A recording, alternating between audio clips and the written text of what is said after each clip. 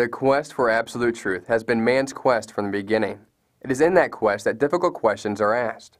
The motive of those questions should be founded on a sincere desire to test everything.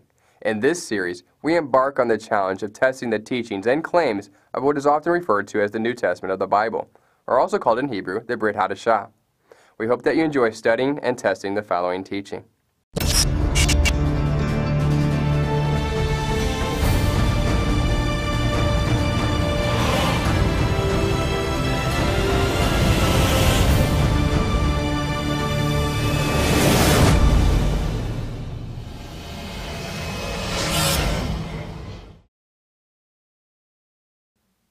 It is not uncommon for Jewish commentary to point out that Jesus, we often refer to him as his Hebrew name being Yeshua, did not fulfill all the messianic prophecies. You might hear those who promote this message being called anti-missionaries or counter-missionaries. Such groups bring a lot of questions and debates to the table, and often difficult, challenging questions at that.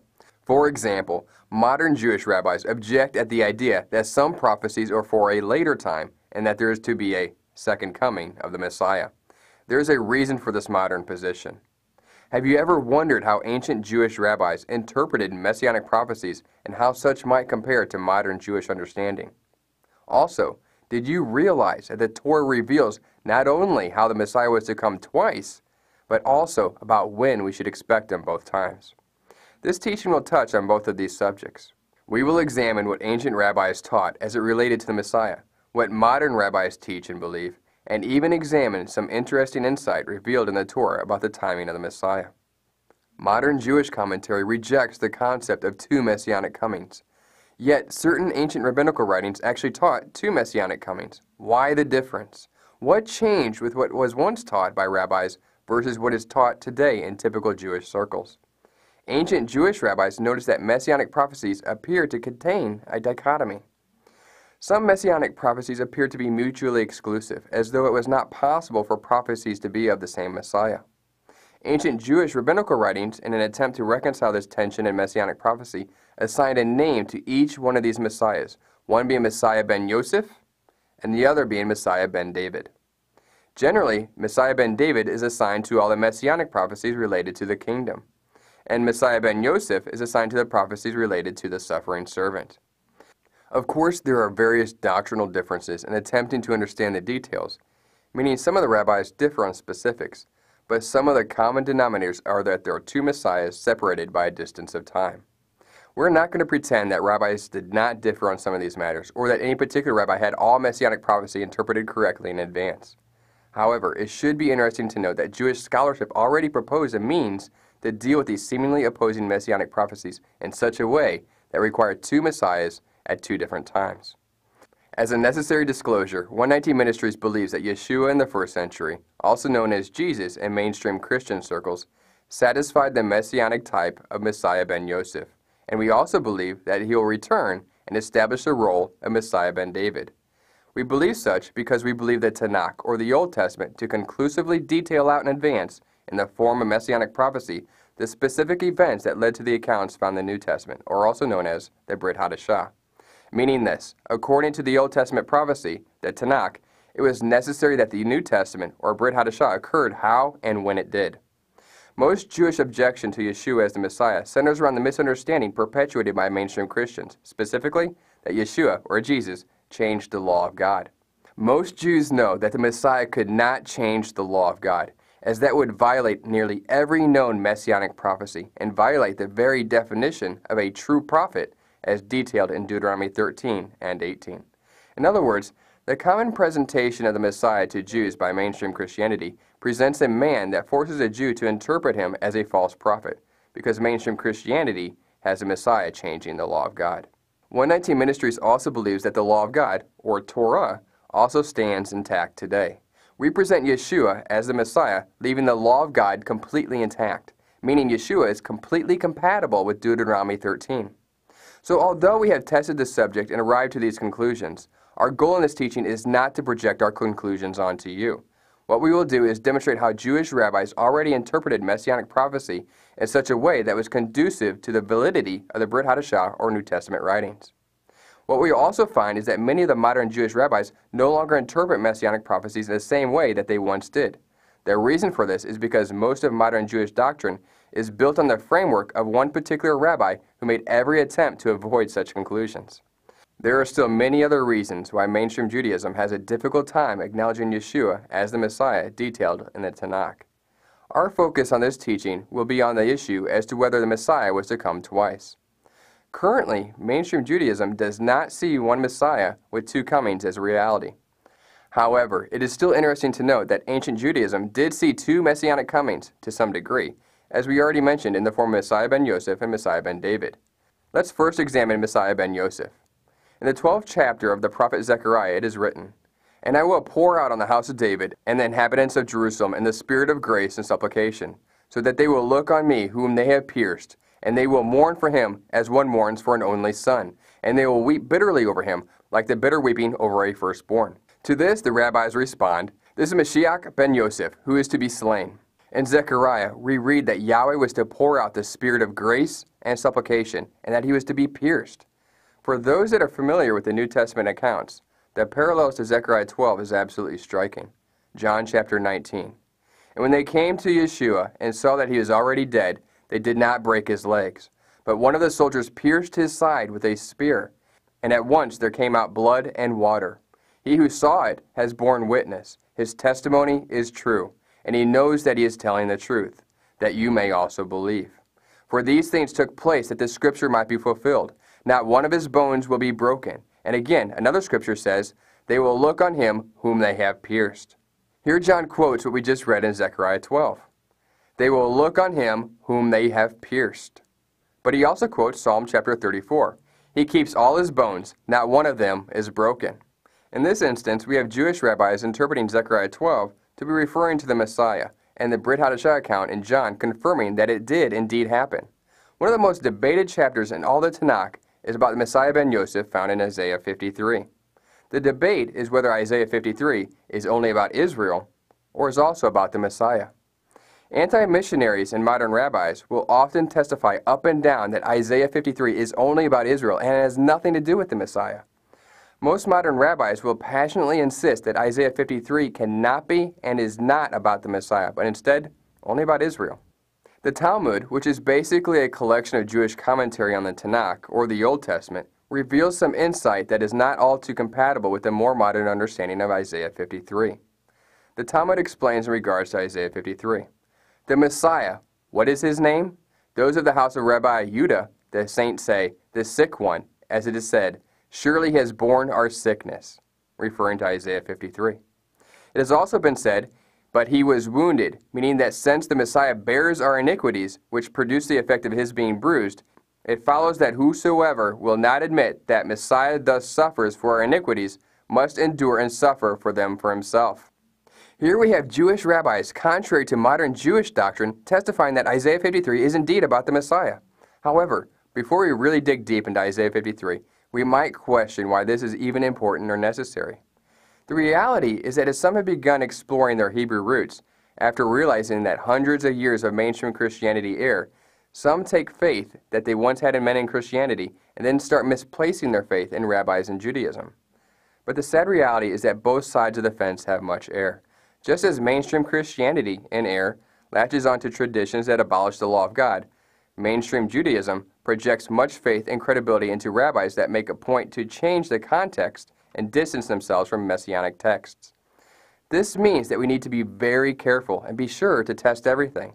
There's a ditch on each side of the narrow path. Regardless of what traditions and doctrinal baggage we are coming out of, we need to be sure that we are not eager to simply jump into the other ditch on the other side of the narrow path. One of the easiest ways to illustrate this point is on the matter of Isaiah 53. Just as mainstream Christianity has their traditions of their fathers, so does mainstream Judaism. The rabbi who has framed and shaped much of modern doctrinal thought in Judaism is Rashi. It is understood by many other Jewish rabbis that Rashi, around the late 11th century, intentionally changed the context of Isaiah 53 to be about Israel instead of the Messiah. That is not our claim about Rashi, but actually other Jewish commentators, which we'll show you momentarily. Rashi proceeded with this doctrinal shift despite the fact that other great rabbis, such as Maimonides and Crispin, profess that the central theme of Isaiah 53 is prophetically messianic. Most agree that Rashi established this change because of his strong anti-Christian mentality, a fact in which he freely admitted. He made no attempt to hide his doctrinal bias or the fact that his commentary was diverting away from hundreds of years of Jewish messianic interpretation, solely in an intentional attempt to distance one's doctrine and conclusions from professed Christians. In his defense, as a Jew, it would have been very easy to have an anti-Christian mentality, given the violent anti-Semitism that occurred for hundreds of years in supposed Christian camps. Christians certainly did not live like they believed the Bible to be truth, and did not preach an interpretation of the Messiah that was consistent with what the Old Testament demanded. Meaning this: Christianity professed that the law of God changed, and that the Torah changed and no longer applied. Because of this error, and because Christians did not walk the law of God, Jews distanced themselves greatly from the inaccurate presentation of Yeshua, our Messiah. They ran from it, and rightfully so. But unfortunately, because Christians misunderstood the writings of Paul, many Jews from the 3rd century on have not realized fulfillments of the messianic prophecy that occurred in the 1st century. Sadly, Christians not only did not walk the Word of God in the presence of the Jews, but they also distorted Yeshua's beliefs and teachings to such a degree that forced Jews to not be able to accept such doctrine. If you are confused or need clarification on what we just said, pause this teaching and watch our teaching titled The Deuteronomy 13 Test at testeverything.net. To be fair as possible, Rashi had every right to be against Christianity, and because Christianity used Isaiah 53 to justify the New Testament scriptures, Rashi changed the context of Isaiah 53. Now please understand, as we revealed earlier, we believe the New Testament writings to be valid and true. We love our Christian brothers and sisters. We love our Jewish brothers and sisters. We simply believe that mainstream Jewish doctrines need to leave traditions of men that are not compatible with the Tanak and discover the fulfillments of messianic prophecy that occurred in the 1st century. We also believe that mainstream Christianity needs to realize the Hebraic aspects of the Messiah, realize that the Tanakh or Old Testament contains prophecy that demands that the law of God could not change and would not change in the New Covenant. Thus, both camps have issues to deal with. We simply believe that hundreds of years of Christianity made some serious errors in doctrine pertaining to the law of God, and because of those errors, Jews were forced to reject Yeshua, or Jesus, as their Messiah. Much of this error is due to a misunderstanding of Paul's writings. For more on this, please see our teaching series called The Pauline Paradox.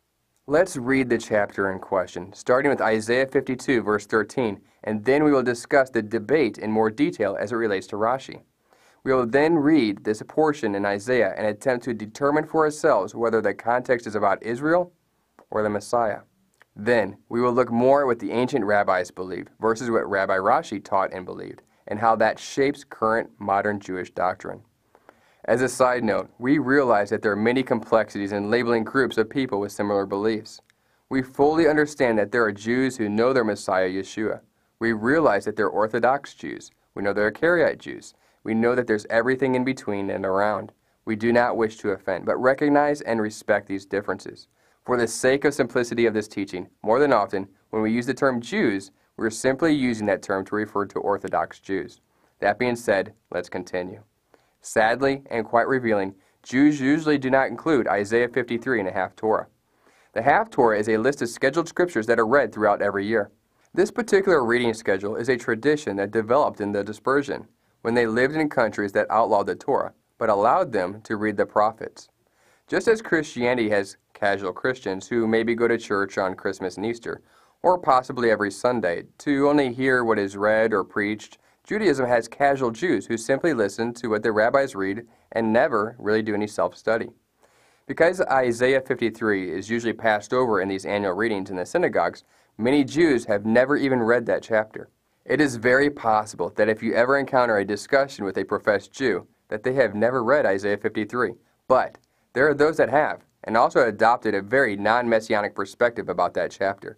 The point is this: what would you do if an anti-missionary came to you and said that Isaiah 53 is only about Israel and not the Messiah? That Isaiah 53 having a messianic theme is a complete fabrication of Christians? How would you answer that? Is it only a fabrication of Christians? Well, to answer that question, naturally, we'd want to start by reading Isaiah 53. As we said earlier, the Jewish readings skip right over Isaiah 52 and 53.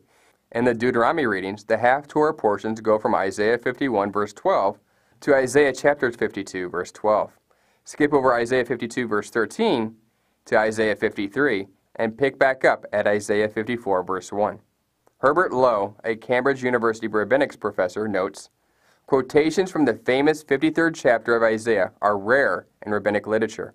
Because of the Christological interpretation given to the chapter by Christians, it is omitted from the series of prophetic lessons, the half-Torah, for the Deuteronomy Sabbaths. The omission is deliberate and striking. Striking indeed, but it also has quite the impact in shaping Jewish doctrine in the synagogues. The Torah portion and half-Torah reading schedule is used by Jews in synagogues all over the world. So the doctrinal impact of this intentional omission is quite significant indeed. They intentionally avoid and neglect what we are about to read. Let's see if Isaiah 53 is only about Israel or the Messiah's relationship with Israel. Let's see what they are missing. Let's begin. Isaiah 52, verse 13. Behold, my servant shall act wisely. He shall be high and lifted up, and shall be exalted. To be fair, the previous verses in Isaiah 52 were indeed about Israel. And in fact, all of the preceding chapters were about Israel. And here, in the middle of Isaiah 52, we see a mention to my servant.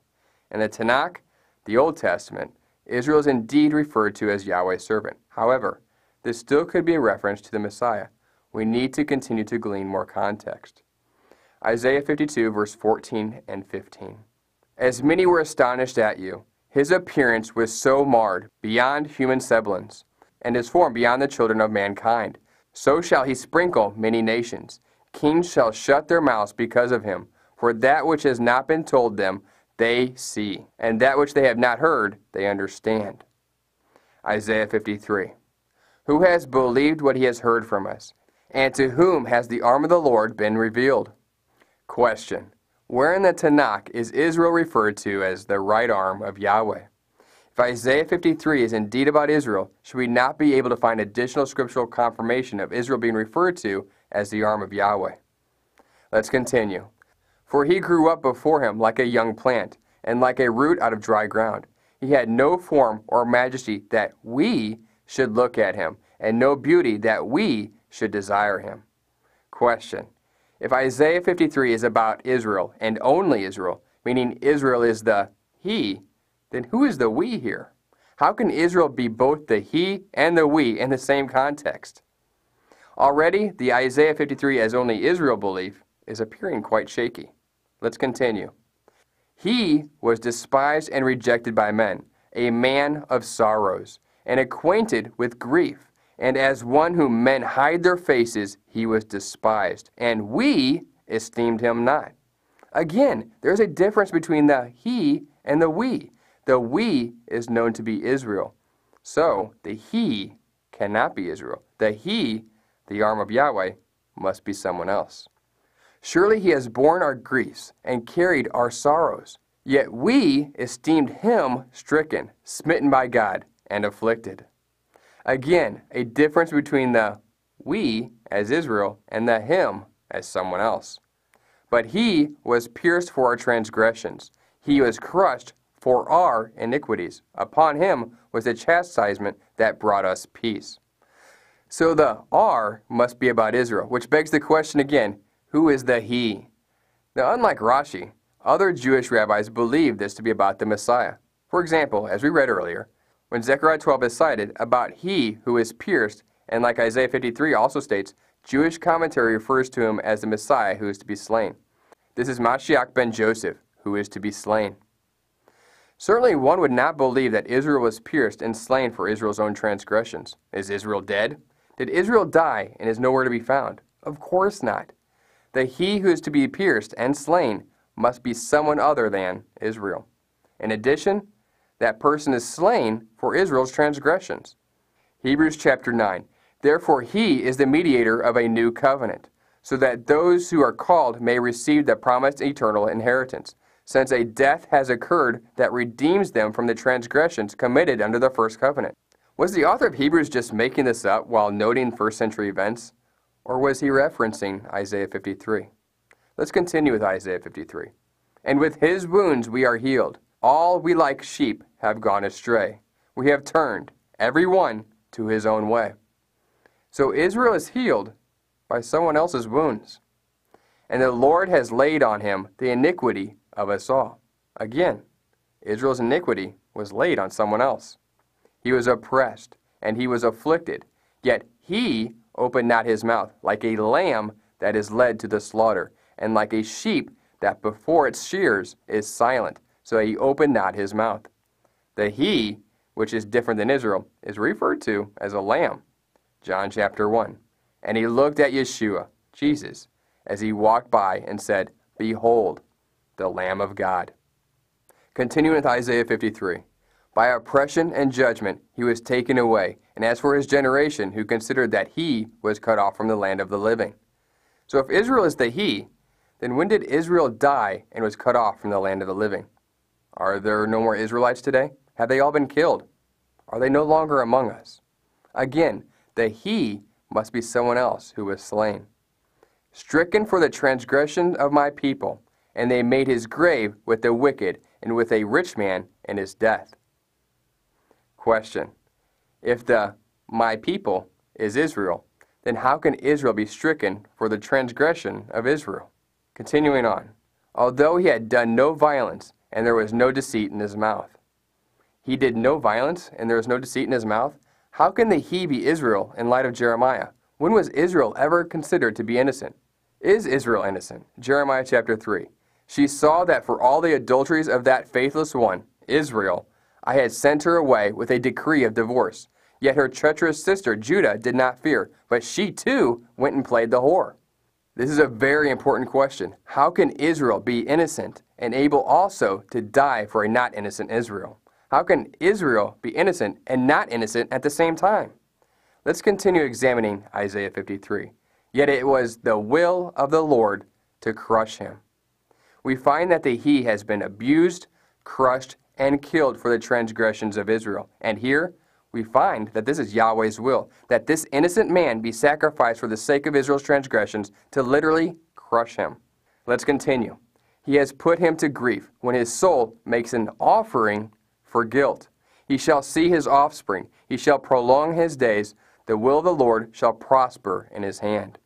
Out of the anguish of his soul he shall see and be satisfied. By his knowledge shall one righteous one, my servant, make many to be accounted righteous, and he shall bear their iniquities. So this man makes many righteous by bearing their iniquities through the anguish of his soul, when his soul becomes an offering for Israel's guilt. Again, how can Israel die for Israel? How can a blemished Israel be a guilt offering for a blemished Israel? How could that make any sense whatsoever?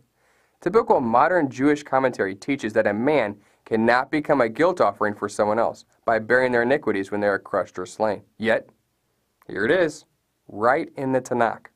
Unfortunately, this chapter is skipped over in annual readings, effectively hiding it from the masses. You don't have to explain what most do not see, or so the theory goes. Moving on.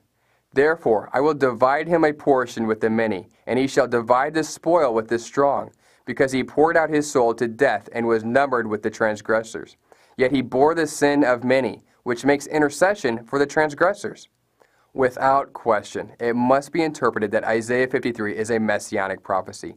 Isaiah 53 cannot only be about Israel. As we said earlier, most modern Judaism does not believe Isaiah 53 to be a messianic prophecy, simply because of the doctrine of Rabbi Rashi. This is not a big secret, but something that is already known. The weight of Jewish authority preponderates in favor of messianic interpretation of this chapter, that until recent times, this prophecy has been almost universally received by Jews as referring to Messiah, is evident from Targum Jonathan, who introduced Messiah by name from the Talmud and from Zohar, and in fact, until Rabbi Rashi, considered the originator of the modern school of Jewish interpretation, who applied it to the Jewish nation, the messianic interpretation of this chapter was almost universally adopted by Jews. Here we are told that Rashi is the main cause of the belief that Isaiah 53 is not of messianic interpretation. He even quotes the Sanhedrin. But is that true? Are other rabbis of the opinion that Isaiah 53 is a messianic prophecy? Is this why the portion that we just read in Isaiah is avoided in annual Jewish readings? Let's read other rabbinical commentary on Isaiah 53. From Targum, Behold, my servant the Messiah shall prosper. Targum's commentary on Isaiah 53 mentions that this servant is the Messiah, Yet the word Messiah is not found anywhere in Isaiah 52 or 53, clearly demonstrating the belief that Isaiah 53 is centric to the role of the Messiah. Another. We know that messianic homilies based on Joseph's career, his saving role preceded by suffering, and using Isaiah 53 as the prophetic portion, were preached in certain old synagogues which used the triennial cycle. Here the understanding is established that not only is Isaiah 53 messianic, but related to the story of Joseph and his suffering, hence the concept of Messiah ben Yosef. Meaning this, the Messiah, as Mashiach ben Yosef, or Messiah son of Joseph, simply means that Joseph is a type of role for the Messiah. Even more astounding, this understanding was preached in old synagogues long ago. The Talmud. The rabbi said, his name is the leper scholar, as it is written, surely he hath borne griefs, and carried out our sorrows, yet we did esteem him a leper, smitten of God, and afflicted. If Isaiah 53 is only about Israel, then why are so many rabbis saying it is not only about Israel, but also about the Messiah? Good question. Why is the very commentary of Jews proving the validity of New Testament writings? The next quote interprets Ruth to illustrate a hidden parallel to the Messiah and even relates it back to Isaiah 53. The fifth interpretation of Ruth chapter 2 makes it refer to the Messiah. Come hither, approach to royal state, and eat of the bread refers to the bread of royalty, and dip thy morsel in the vinegar refers to his sufferings, as it is said, but he was wounded because of our transgressions. Let's read this verse in Ruth 2:14. And at mealtime Boaz said to her, come here and eat some bread, and dip your morsel in the wine. So she sat beside the reapers, and he passed to her roasted grain. And she ate until she was satisfied, and she had some left over. This interpretation of Ruth, in which the Messiah is the bread, is consistent with the testimony of the Brit HaDasza. John chapter 6. So the Jews grumbled about him, because he said, I am the bread that came down from heaven. John chapter 6. I am the bread of life. Matthew chapter 26.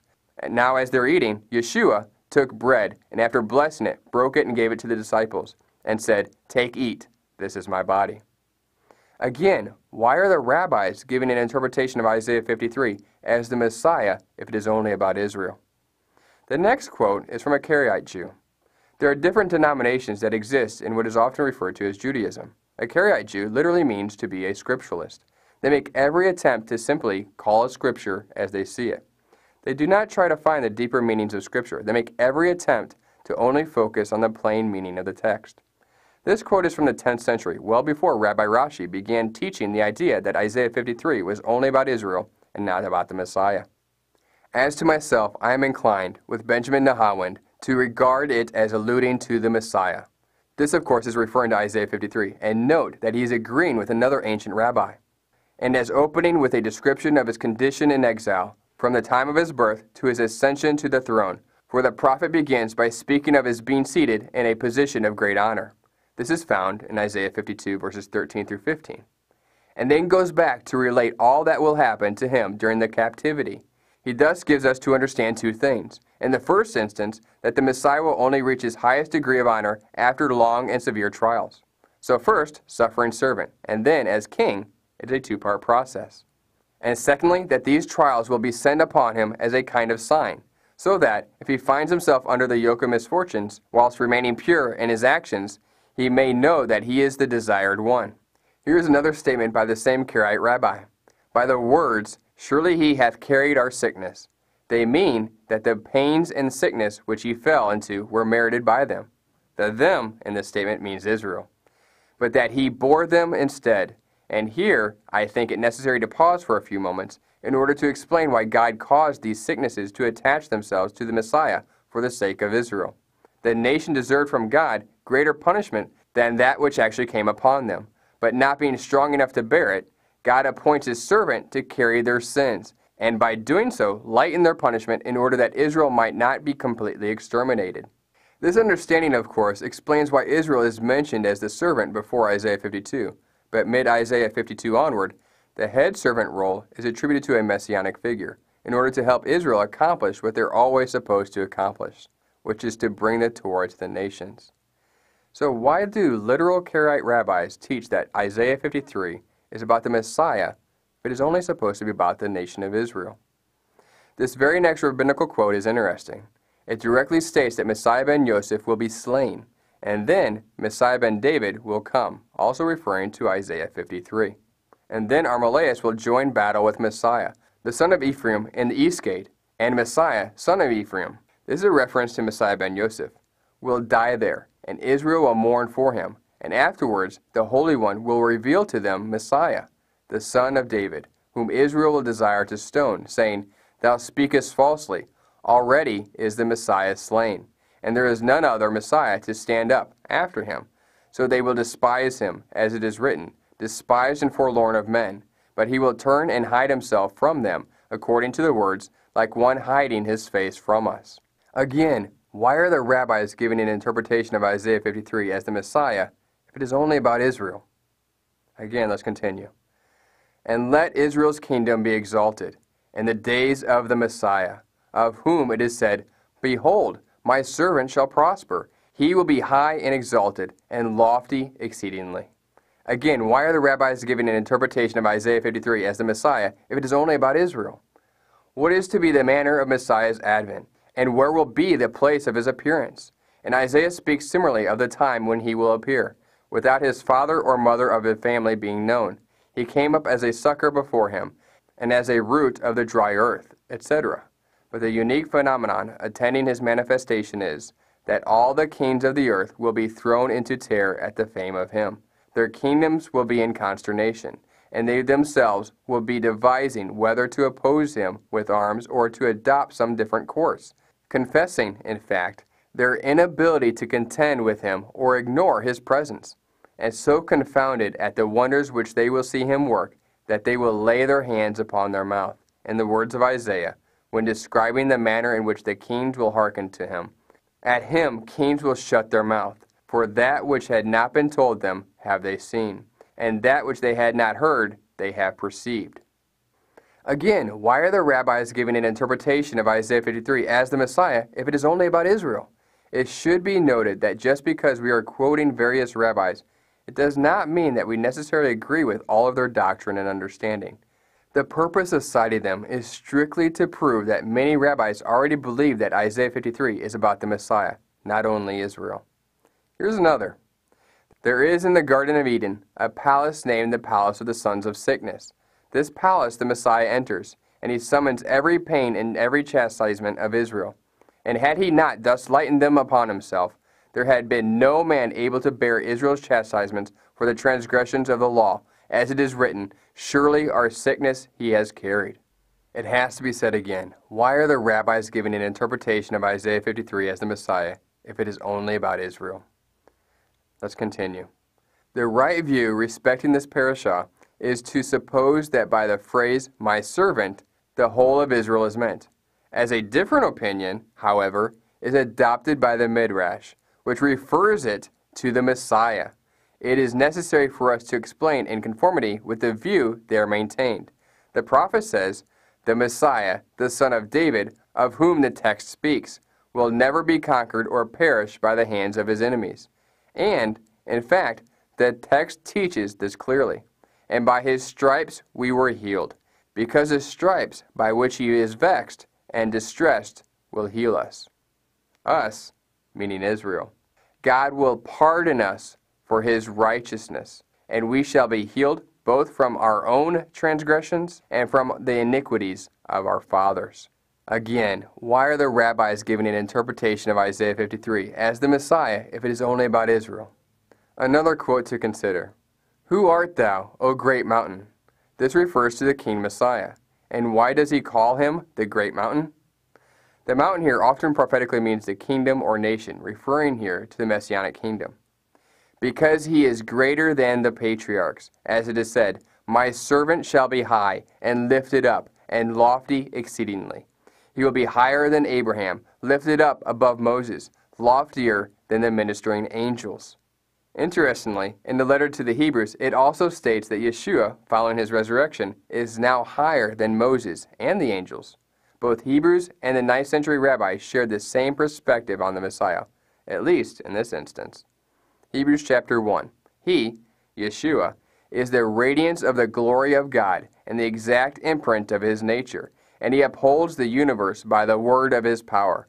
After making purification for sins, he sat down at the right hand of the Majesty on high, having become as much superior to angels as the name he has inherited is more excellent than theirs. Hebrews chapter 3. For Yeshua has been counted worthy of more glory than Moses, as much more glory as a builder of a house has more honor than the house itself. Moving on. This particular rabbi believed that Messiah ben Yosef and Messiah ben David are to be the same Messiah, linking the role of the Messiah that suffers for our transgressions in Isaiah 53 and the role reigning as king in Psalm chapter 2, verse 6. I have drawn him out of the chastisements. The chastisements are divided into three parts, one for David and the fathers, and one for our own generation, and one for the king Messiah. And this is that which is written, he was wounded for our transgressions. Again, why are the rabbis giving an interpretation of Isaiah 53 as the Messiah if it is only about Israel? Why are they linking Isaiah 53 to all other portions of Messianic texts? Let's continue. Rabbi Crispin states that in his understanding, Isaiah 53 is certainly about the King Messiah. In saying this, he not only declares this to be the obvious literal interpretation, but also the same position that is consistent with the other rabbis, meaning this: Isaiah 53 as a Messianic text is dominantly consistent with the other rabbis, at least until this point in history. Let's read. This parashah, the commentators agree in explaining of the captivity of Israel, although the singular number is used in it throughout, as there is no cause constraining us to do so. Why should we here interpret the word collectively, and thereby distort the passage from its natural sense? As then it seemed to me that the doors of the literal interpretation of the parashah were shut in their face, and that they wearied themselves to find the entrance, having forsaken the knowledge of our teachers, and inclined after the stubbornness of their own hearts, and of their own opinion, I am pleased to interpret it, in accordance with the teaching of our rabbis, meaning he is agreeing with the older rabbis, contrary to the modern and more dominant usage of Rashi, of the King Messiah, and will be careful, so far I am able, to adhere to the literal sense. It must be said again, why are the rabbis giving an interpretation of Isaiah 53 as the Messiah if it is only about Israel? Another, my servant shall prosper, or be truly intelligent, because by intelligence man is really man. It is intelligence which makes a man what he is. And the prophet calls the King Messiah my servant. So he believes the servant to be the Messiah, not Israel, speaking as one who sent him, or he may call the whole people my servant, as he says above my people. When he speaks of the people, the King Messiah is included in it. And when he speaks of the King Messiah, the people is comprehended with him. What he says then is that my servant the King Messiah will prosper. Here's another. Since the Messiah bears our iniquities which produce the effect of his being bruised, it follows that whoso will not admit that the Messiah thus suffers for iniquities must endure and suffer for them himself. Here is another rabbi that not only declares Isaiah 53 to be about the Messiah, but also declares that his view is consistent with the other rabbis. I may remark, then, that our rabbis, with one voice, accept and affirm the opinion that the prophet is speaking of the King Messiah, and we ourselves also adhere to the same view. The evidence just continues to mount that numerous rabbis, contrary to Rabbi Rashi's view, believe Isaiah 53 to be about the Messiah, not only Israel. The insight of this particular rabbi is quite astounding. The fact is that it, meaning Isaiah 53, refers to the King Messiah, who will come in the latter days, when it will be the Lord's good pleasure to redeem Israel from among the different nations of the earth. Whatever he underwent was in consequence of their own transgression, the Lord having chosen him to be a trespass offering, like the scapegoat which bore all the iniquities of the house of Israel. Concluding this section on Isaiah 53, it is certain that numerous rabbis believe that Isaiah 53 to be about the Messiah. However, modern rabbis admittedly rely mostly on Rabbi Rashi, which through anti-Christian sentiment has deliberately chosen to change the context of Isaiah 53 to only be about Israel. Psalm 22 is also another good portion to consider in the context of Messiah ben Yosef, our Messiah as the suffering servant. Recall what Yeshua proclaimed on the tree. Matthew chapter 27. And about the 9th hour Yeshua cried out with a loud voice, saying, Eli, Eli, lama sabachthani. That is, my God, why have you forsaken me? Yeshua cried this out right before his death. One might question what was going through his mind at that moment and the reason why he spoke these words. And we'll get to that. But before we do, we must note a couple more pieces of critical information found in the event of Yeshua's death. They casted lots for Yeshua's garments. Matthew 27. And when they had crucified him, they divided his garments among them by casting lots. And they pierced Yeshua's side. John chapter 19. But one of the soldiers pierced his side with a spear, and at once there came out blood and water. The reason they pierced his side was to make sure that he is indeed dead. The fact that blood and water came out meant that Yeshua had already died. The reason that they made sure that he was dead was because they were instructed to break the legs to accelerate death, thus assuring that the bodies could be removed and disposed on before the high Sabbath day, the first day of unleavened bread. When the legs were broken, the individual being crucified had to hold themselves up physically with their arms, just to get a breath and get air into their lungs. Obviously, you can only do that for so long, till strength gives out and then one suffocates under their own weight. It was a means to accelerate death. John chapter 19.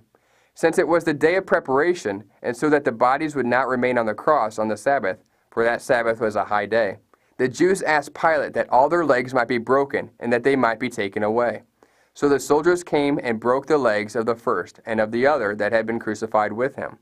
But when they came to Yeshua and saw that he was already dead, they did not break his legs. Yeshua was also mockingly told in Matthew 27, "You who would destroy the temple and rebuild it in 3 days, save yourself. If you are the Son of God, come down from the cross." So also the chief priests with the scribes and elders mocked him, saying, "He saved others, he cannot save himself. He is the King of Israel. Let him come down now from the cross, and we will believe in him." So we learn that Yeshua's legs were not broken, and that lots were cast for his garments, and he was mocked and told to save himself. Again, all in the context of his death, when Yeshua cried out, my Lord, why have you forsaken me?" Matthew 27, and when they had crucified him, they divided his garments among them by casting lots. Also keep in mind that given the circumstances Yeshua endured and the events leading up to and including the crucifixion, his strength would have been drained.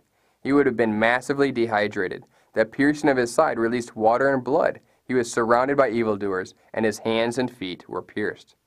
Try to keep all of this in mind as we continue. In the first century, Scripture did not have numbers and chapters. To refer to a particular portion of Scripture, they would cite a few words of it that most were familiar with. Knowing that, we realize that Yeshua is referring to Psalm 22 in the prophetic context of his death as a suffering servant aspect of the Messiah. Psalm 22. my God, why have you forsaken me? Why are you so far from saving me, from the words of my groaning? O my God, I cry by day, but you do not answer, and by night, but I find no rest. Yet you are holy, enthroned on the praises of Israel. In you our fathers trusted. They trusted, and you delivered them. To you they cried, and were rescued. In you they trusted, and were not put to shame. But I am a worm, and not a man, scorned by mankind, and despised by the people. All who see me mock me. They make mouths at me. They wag their heads. He trusts in the Lord. Let him deliver him. Let him rescue him, for he delights in him. Yet you are he who took me from the womb. You made me trust you at my mother's breasts. On you I was cast down from my birth, and from my mother's womb you have been my God. Be not far from me, for trouble is near, and there is none to help. Many bulls encompass me, strong bulls of Bashan around me. They open wide their mouths at me, like a ravening and roaring lion. I am poured out like water, and all my bones are out of joint. My heart is like wax. It is melted within my breast. My strength is dried up like potsherd, and my tongue sticks to my jaws. You lay me in the dust of death. For dogs encompass me. A company of evildoers encircles me. They have pierced my hands and feet. I can count all my bones. They stare and gloat over me. They divide my garments among them, and for my clothing they cast lots. Because crucifixion was not heard of when King David wrote this psalm, and was not invented until centuries later, this makes the prophecy found in Psalm 22 particularly remarkable. Simply the sample of parallels we just illustrated should have been interpreted as highly compelling at minimum that Psalm 22 is a messianic prophecy. Others, however, have claimed that this psalm speaks of the sufferings of David when he was pursued by King Saul. Who then is right? Those are really our only two options to consider. Since Psalm 22 was written by David, it is understandable that one might believe that the psalm refers to him. However, the experiences described in Psalm 22 far exceed anything that ever happened to David. An example of this is found in verses 14 through 18. I am poured out like water, and all my bones are out of joint. My heart is like wax, it is melted within my breast. My strength is dried up like potsherd, and my tongue sticks to my jaws. You lay me in the dust of death. For dogs encompass me, a company of evildoers encircle me. They have pierced my hands and feet. I can count all my bones. They stare and gloat over me. They divide my garments among them, and for my clothing they cast lots. The things that happened here were never mentioned to happen to David. Some say that David was using hyperbole when describing the times when Saul pursued him. However, the sufferings are exactly what one would expect to occur when facing death at the hands of one's enemies, verses 16 and 20. These are not exaggerations. The one suffering is one being mocked for not a crime, but for trusting in God, verses 8 through 9. He trusts Yahweh. Let him deliver him. Let him rescue him, for he delights in him. Yet you are he who took me from the womb. You made me trust you at my mother's breast. David is never described in Scripture as being restrained and mocked for trusting in God. Also, Scripture neither describes David as counting all his bones, verse 17, nor does it describe David's bones for being out of joint, verse 14. This psalm says a great deal about the suffering one, including, he feels abandoned by God, verse 1. He has trusted in God, verse 8. The Lord has been his God since birth, verses 9 through 10. There's a group of people who are mocking him for his trust in God, verses 7 and 8. He is hoping in the Lord, the God of his fathers, to deliver him, because there is no one to help him, verses 4 through 5, 11, and 19 through 21. Like we read in Isaiah 53, he is despised of the people, verse 6. His suffering is extreme, humiliating, and to the point of death, verses 14 through 17. His adversaries are described in vivid and terrifying ways, including many bulls, strong bulls of Bashan, roaring lions, dogs, and wild oxen. The sufferings described in the psalm specifically occurred during crucifixion, including bones being out of joint, the heart being like wax and melted, strength being dried up, and the tongue cleaving to one's throat. Verse 17 also states that he can count all of his bones. This is also stated in Psalm 34 in the context of his bones not being broken. Psalm 34, verse 20.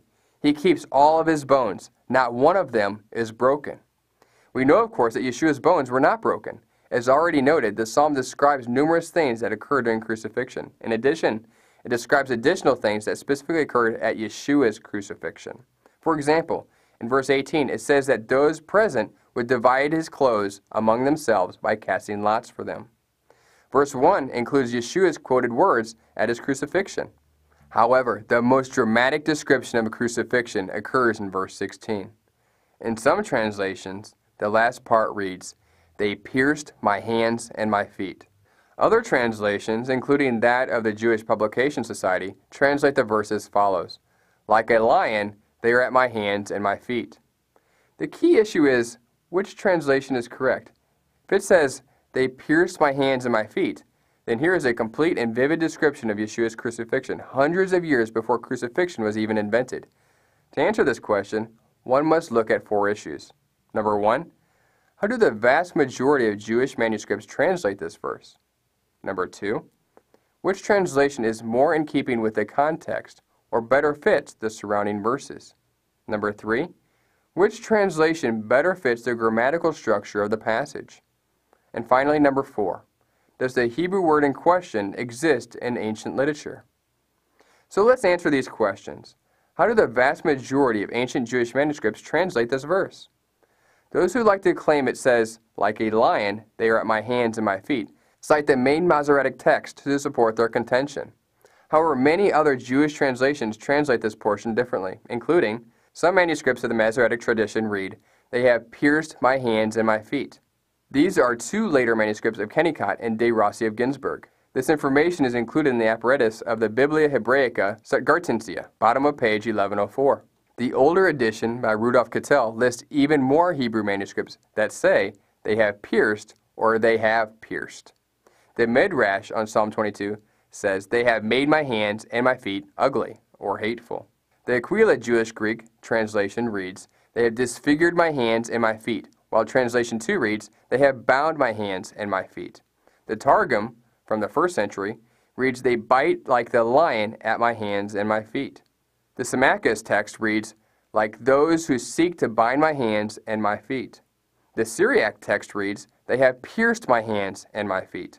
The Old Latin pre-Vulgate reads, they have dug my hands and my feet. The Septuagint reads, they have bore through my hands and my feet. It is important to note that the Septuagint was translated long before Yeshua came, so these Jewish scholars had no bias. Every version, except the main Masoretic texts, tells us that something happened to the hands and feet of the one suffering. They are either pierced, made to look ugly, bored through, bound, or bitten as by a lion. Of all the versions, only the 2 mentioned already say something else, something that has nothing to do with the hands and feet specifically. Only these say that the enemies are merely at the hands and the feet, while not doing anything to his hands and feet, such as biting, piercing, boring through, or binding. Which translation is more in keeping the context, or better fits the surrounding verses? The surrounding verses have all references to the body parts of the sufferer. For example, the bones are out of joint, verse 14. His heart is melted like wax, verse 14 again. His tongue clings to his jaws, verse 15, and he can count all of his bones, verse 17. All of these parts are being acted against. It makes perfect sense that in this song, the body parts of verse 17, his hands and his feet, would also be acted against. That is exactly what the vast majority of the different manuscripts say. The 2 exceptions literally read, like a lion, my hands and my feet. Not only is this an incomplete sentence, but the body parallelism found throughout the passage is broken, because nothing happens to the hands and feet, even though something happens to every other part of the body mentioned. The majority of the manuscripts appear to correctly preserve this symmetry. In addition, 4 metaphors are used to describe the sufferer's enemies. They are described as lions, dogs, bulls, and wild oxen. All of these animals kill their victims by piercing them. The lion and the dog bite with spike-like teeth, while the bull and oxen gore with their spiked horns. In fact, in verse 21, the speaker appears to be asking for deliverance from such piercing when he cries out, "Save me from the mouth of the lion. You have rescued me from the horns of the wild oxen." In addition, the context seems to suggest that the sufferer has already been pierced, as the people are not typically delivered from something that has not befallen them. The Hebrew phrase, according to the 2 main Masoretic texts, literally reads, like a lion, my hands and my feet. The obvious problem with this translation is that it's not a complete sentence. There's no verb, there's no infinitive, and there's no participle. That makes the phrase totally ambiguous. For example, technically it could mean, my hands and my feet are like a lion. However, this would make no sense. Here the sufferer is in a weakened condition. He is not in any condition to attack like a lion. The passage makes it clear that he's a passive victim, not an aggressive lion. Technically, it could also mean, a lion is like my hands and my feet. However, this also makes no sense in the context of this passage. The sufferer's hands and feet are not swift, strong, and ready to pounce like a lion. So again, which translation better fits the grammatical structure of the passage? The grammatical structure of the phrase in the 2 Masoretic texts occurs 7 times in the Hebrew Bible, including 6 times in Psalms, and in Job 33, verse 3. And in every case, except in Psalm 22, verse 16, the subject is clearly distinguishable from the object. For example, in Psalm 23, oil is the subject, and my head and my cup are the objects. But in Psalm 22, verse 16, under the main Masoretic rendering, one must guess as to what the subject and object is, with no reason to believe one is correct and another is incorrect. If the phrase is read, they have pierced, it contains a verb. In addition, the confusion over the subject-object difficulty disappears. The verb in the perfect tense, past event with continuing effects, they have pierced, fits the phrase well grammatically, unlike the alternative, like a lion. Certain translations render the verse, a mob of the wicked has encircled me like lions. On my hands and my feet I can count all my bones. However, this rendering does not fit the pattern of the song. The pattern of the verses is 3 sets of 3 words, with every set conveying a different idea. This pattern is easily discernible in verses 12, 13, 14, 15, 16, 17, 18, etc. However, if the phrase is translated, they pierced my hands and my feet, the pattern of the verses is preserved. Here's another important question we should consider. Does the Hebrew word here meaning they have pierced exist in ancient literature? Some claim that the Hebrew word does not exist and Christians made it up. However, according to Keel and Delitz in their commentary on the Old Testament, Volume 5, page 318, and other manuscripts, the variant reading is found in the Hebrew text itself. Keel and Delitz point out that the addition of an aleph is also found in Zechariah 14, verse 10, and also Daniel chapter 7, verse 16. Thus, the additional aleph does not mean that the word is a Christian invention. Another important source introduced the Masoretical critical edition of the Hebrew Bible, Numbers 24, verse 9, in the margins of the Masorah Magna, states that the reading in Psalm 22:16 is indeed ka'aru. The author states that the word has two different meanings when comparing Psalm 22, verse 16, and Isaiah 38, verse 13. He also investigated the charge of scholarly fraud leveled against a printer of an early rabbinic Bible, and concluded that there was in fact ancient reading where Psalm 22:16 was ka'aru, they have pierced.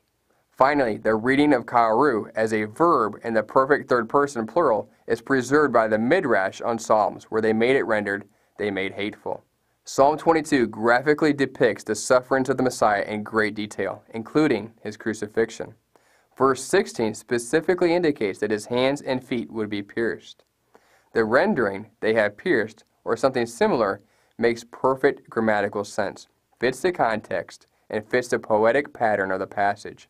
In addition, contrary to the claims of the critics, ka'aru does not exist in ancient manuscripts. However, the rendering by the two Masoretic texts is inaccurate. Like a lion, my hands and my feet is not a sentence. It does not fit either the context or structure of the passage, and it appears nonsensical. In addition, it is contrary to the vast majority of ancient Jewish translations. However, the fact that the Messiah was to be pierced does not hinge merely on Psalm 22. Zechariah chapter 12 states very clearly that the Messiah would be pierced or thrust through. No Jewish translation disputes that Zechariah 12:10 speaks of such piercing. This passage states that Israel will ultimately turn to this pierced one and will then be redeemed from all of her uncleanness. What certainly needs to be mentioned is that Yeshua is not the first Jew to be crucified by the Romans. However, in order for one to be slain for the transgressions of Israel, one must have never sinned against God, ever. And we learn that in the first teaching in the Brit HaDasza series, titled His Sacrifice, in which Moses tried to make atonement for Israel, but our Creator clearly said that Moses could not. Why? Because God said that anyone who has sinned against God will be blotted out of the book of life. Thus, Yeshua is the only person who is ever qualified to do what Moses tried to do, because Yeshua was different in such a way that he had never sinned against God. This concludes the portion of the teaching that covers Messiah ben Yosef as the role of the Messiah.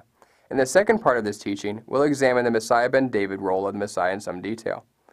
And in conclusion of this teaching, we'll examine the structure of the tabernacle and reveal how its design, hidden in the Torah, revealed the timing of both roles of the Messiah ben Yosef and the Messiah ben David. We hope that this teaching has blessed you, and remember, continue to test everything. Shalom.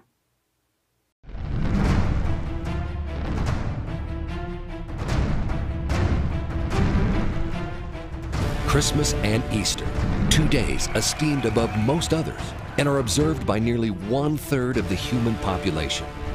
Millions of believers worldwide celebrate these holidays to honor the birth, death, and resurrection of the Messiah.